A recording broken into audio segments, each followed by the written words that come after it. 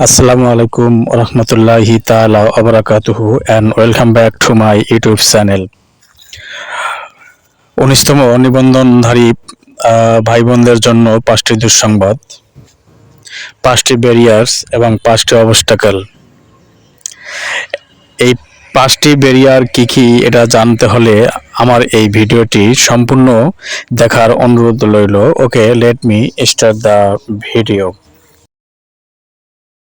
Among them, the first one is increasing plenary pass mark. তার মানে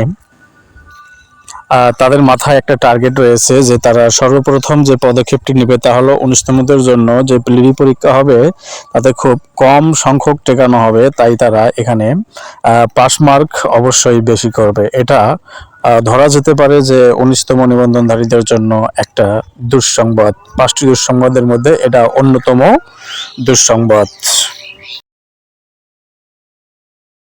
19তম নিবন্ধনে প্লিরিতে খুব কম টেকানো হবে। এখানে যেমন এর আগে বিগত পরীক্ষাগুলোতে প্লিরিতে প্রচুর পরিমাণ টেকানো হয় আর রিটেনে গিয়ে অনেককেই ফেল করানো হয়। এটা তারা এবার করবে না। তারা শুরু থেকে মানে প্রথম যে ধাপ প্লিরি, এখানেই তারা সেই রিটেনের পদক্ষেপটি তারা নিয়ে নেবেন। এখানে খুব কম সংখ্যক পরিমাণ প্রার্থীকে তারা টেকাবেন।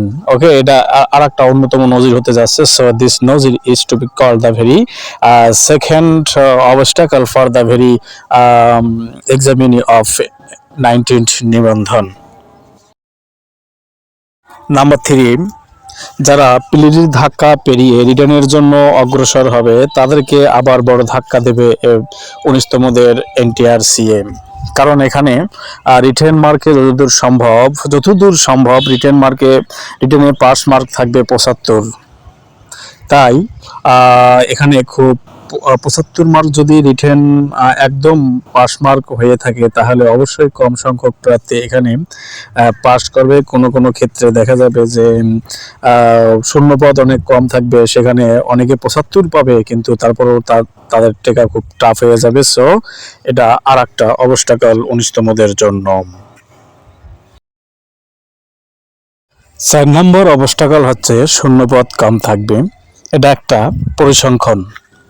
যেমন এবার যে 18তম পরীক্ষা হচ্ছে, ভাইবা হচ্ছে, 18তমদের জন্য ষষ্ঠ গণবিজ্ঞপ্তি আসবে, প্রচুর টেকানো হবে, প্লাস প্রচুর পরিমাণে শূন্যপদ পূরণ হয়ে যাবে। তাই বলা যাচ্ছে যে শূন্যপদ আসলেই কম থাকবে। আবার এই গণবিজ্ঞপ্তির পরে আবার বদলির ব্যবস্থা করা হবে, সেখানেও শূন্যপদগুলো পূর্ণ হয়ে যাবে। তাই বলা যাচ্ছে যে 19তমদের জন্য একটু হলেও দুঃসংবাদ, মোটামুটি হলেও দুঃসংবাদ যে তাদের শূন্যপদ অবশ্যই কম থাকবে। এটা তাদের জন্য অন্যতম আরেকটা ডিফিকাল্ট।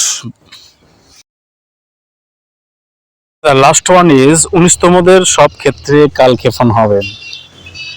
এটা কি জন্য বলা হচ্ছে? কারণ এখানে প্রথমে 18তমদের নিয়োগ সম্পূর্ণ করতে হবে, তারপরে বদলির সবকিছুই সম্পূর্ণ করতে হবে, তারপরে 19তমদের বিভিন্ন কিছু নিতে গিয়ে আবার দেখা যাবে যে বাংলাদেশে নির্বাচন প্রক্রিয়া চলে আসবে। এখানে অনেক কাঠখড়ি পার হবে, অনেক হরতাল হবে, বিভিন্ন কিছু হবে। অর্থাৎ বাংলাদেশের প্রেক্ষাপটটির উপর ডিপেন্ড করবে যে 19তমদের জন্য সব ক্ষেত্রে কালক্ষেপণ হবে কিনা। আর অবশ্যই এটা হয়ে থাকে, তাই বলা যায় যে 19তম নিবন্ধন যারা দিচ্ছেন আপনারা, তাদের জন্য অবশ্যই একটা কালক্ষেপণ হতে যাচ্ছে। Okay, these are all from this video from me, and I have to stop my video here. I am urging you to please subscribe my